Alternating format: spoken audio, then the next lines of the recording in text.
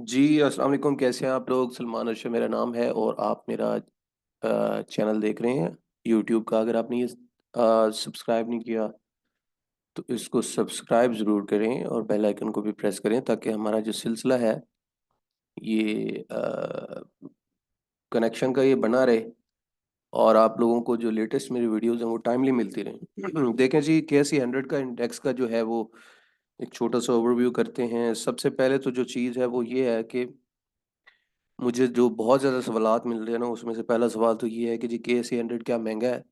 आज 31,000 पे मार्केट जो है वो चली गई हुई है। थोड़ा सा चार्ट पे देखते हैं। ये सॉरी 71,000 पे मार्केट जो है वो इस वक्त हमारी ट्रेड हो रही है। इससे प्रीवियस अगर आप देखेंगे तो ये एक रेंज 66,000 से 59,000 के दरमियान मार्केट जो है वो घूमती रही। ठीक है, तो इंडेक्स ने एक बहुत बड़ी रैली ऑलरेडी भी की हुई है यहाँ से यहाँ तक।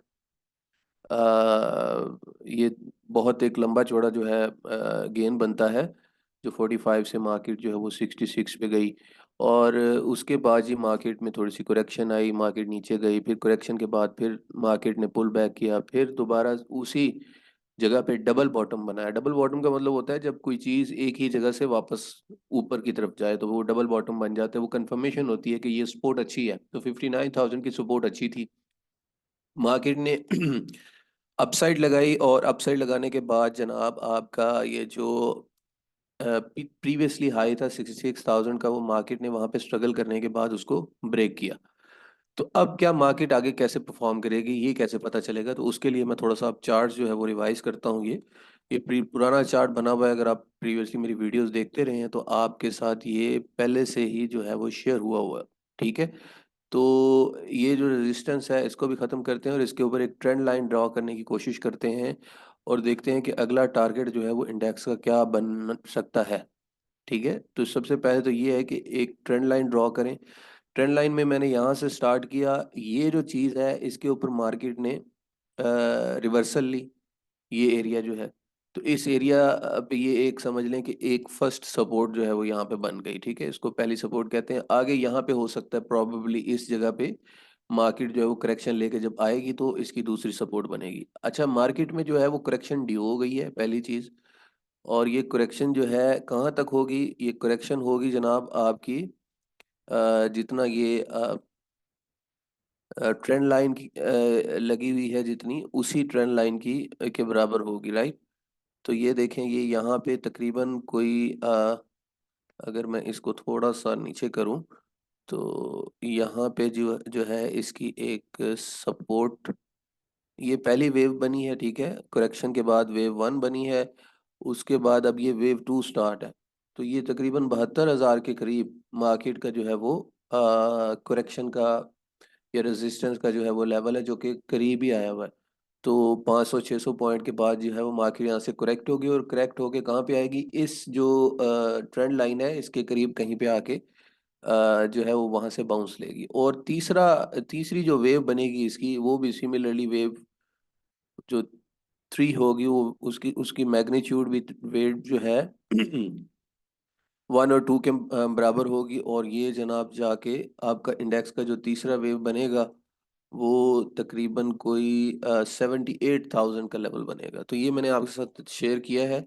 इंडेक्स जो है वो आपका ओवरऑल काफ़ी बेहतर है। ठीक है, मैं ज़रा थोड़ा सा आपको हीट मैप पे ले जाता हूँ। इंडेक्स ओवरऑल काफ़ी बेहतर है। कुछ नंबर्स के ऊपर बात कर लेते हैं। पहला नंबर तो ये है कि जो पीई का रेशो है। ठीक है, अच्छा पीई रेशो जिन लोगों को नहीं पता उनके लिए मैं बता दूं कि प्राइस टू अर्निंग, कभी भी आप प्राइस को ना देखें स्टॉक्स की या इंडेक्स की, प्राइस को ना देखें, उसके लेवल को ना देखें कि जी इंडेक्स इतना बढ़ गया। आप ये देखें कि वो अर्निंग के मुकाबले में कितना बढ़ा। ठीक है, अब फॉर एग्जांपल एक मैं पहले भी मिसाल देता हूँ। एक कंपनी है जो बट मतलब उसकी शेयर की प्राइस भी बढ़ती जा रही है लेकिन उसके साथ साथ उसकी अर्निंग भी बढ़ती जा रही है, तो वो शेयर महंगा नहीं हुआ। लॉजिकली स्पीकिंग वो शेयर उस वक्त महंगा होगा जब उसकी अर्निंग नहीं बढ़ेगी और उसका रेट बढ़ेगा। तो अर्निंग और रेट को दोनों को देख के अगर आप काम करेंगे रिलेटिवली जो है वो, अगर आप स्टॉक्स में काम करेंगे रिलेटिव प्राइस के ऊपर, तो तभी आपको पता चलेगा कि इंडेक्स बढ़ा हुआ है या नहीं बढ़ा हुआ। तो KSE 100 जो है वो 4.5 की पी पे इस वक्त चल रहा है, 4.5 या 5 की पी के अराउंड चल रहा है। और हिस्टोरिकली अगर आप देखेंगे तो ये 8 की पी पे जो है वो यूजली, अगर हम 10 साल की जो है वो एवरेज लें तो 8 की पी पे चलता था प्राइस टू अर्निंग। 8 की पी का मतलब ये है 8 रुपए लगा के आपको 1 रुपया मिलेगा, और 4.5 की पी का मतलब ये है कि 4.5 रुपए लगा के आपको 1 रुपए की अर्निंग मिलेगी। तो अगर हम इसी चीज़ को जो है वो एक वो बनाएं, अपना जो है वो बेसिस बनाएं, तो पता ये चलता है कि इंडेक्स अभी यहाँ से आराम से जो है वो 1 लाख का जो लेवल है वो टच कर सकता है, जो कि मैं प्रीवियसली अपनी ऑडियोज सॉरी वीडियो जो यूट्यूब की हैं बना के उसमें मैं बता चुका होता हूँ। तो इन्वेस्टर एजुकेशन के लिए थोड़ा सा मैं एक चीज़ यहाँ से आपको दिखा दूँ कि आप लोग जो है वो 1 साल के अर्निंग्स, 1 साल के जो है वो जो इंडेक्स ने मुख्तलिफ शेयर्स के जो हाइज लगाए हैं उस पे आते हैं, ठीक है जी।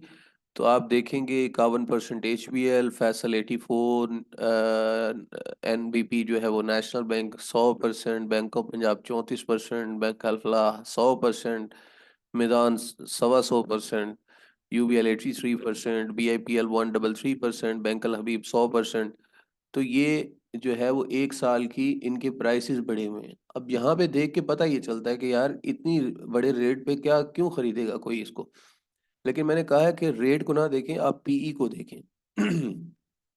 तो अब आप आ जाते हैं पीई पे, तो HBL भी अभी 3 की पीई पे चल रहा है, बैंक ऑफ पंजाब 1.6 की पीई पे चल रहा है, 2.5 की पीई पे बैंक अल फलाह चल रहा है, बैंक अल हबीब 2.9, UBL 4.5, bank Islamic Pakistan 2.5, Askari 1.7, Faisal 3.3। मतलब आपकी अगर 5 की पी मान लें KSE 100 की, तो उससे भी ये डिस्काउंट पे मिल रहा है।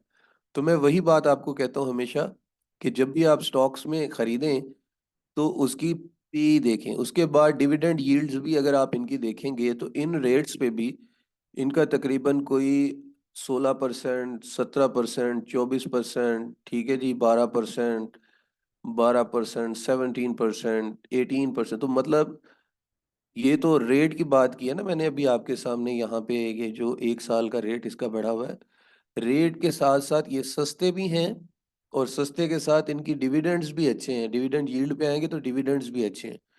और ये बैंकिंग का प्रचार मैं हर रोज करता रहता हूँ, रीजन यही है कि बैंकिंग में मुनाफा बहुत अच्छा है, प्रॉफिट्स बहुत ज्यादा बन रहे हैं। दूसरा फर्टिलाइजर सेक्टर है। अब फर्टिलाइजर सेक्टर के अंदर भी डिविडेंड यील्ड देखेंगे तो ईफर्ट की बहुत अच्छी है, 17%, FFC 13%, एंग्रो कॉरपोरेशन 16%, फातमा 12%। तो ये इनकी यील्ड भी बहुत ज़्यादा ज़बरदस्त है। फिर इनकी अगर पी पे आएंगे तो इनकी पी कंपैरेटिवली उनसे थोड़ी हाई है, लेकिन ये है कि क्योंकि बैंक्स ने बहुत ज़्यादा मुनाफा कमाया है, तो वो पी के हवाले से इससे अभी सस्ते मिल रहे हैं। इनके प्रॉफिट्स या इनकी अर्निंग्स उस लेवल की नहीं है। और मतलब उस लेवल से मुराद ये है कि अगर इसको बैंकिंग से आप कंपेयर करेंगे। लेकिन अगर आप इनके रेट्स देखेंगे तो फिर रेट्स देख के तो फिर इनको भी दिल नहीं करता कि बंदा बाय करे। 143, 83, 41, 67, 17%, क्योंकि ये स्टेबल स्टॉक्स हैं और इतने ज़्यादा जो है ये बढ़ते भी नहीं है।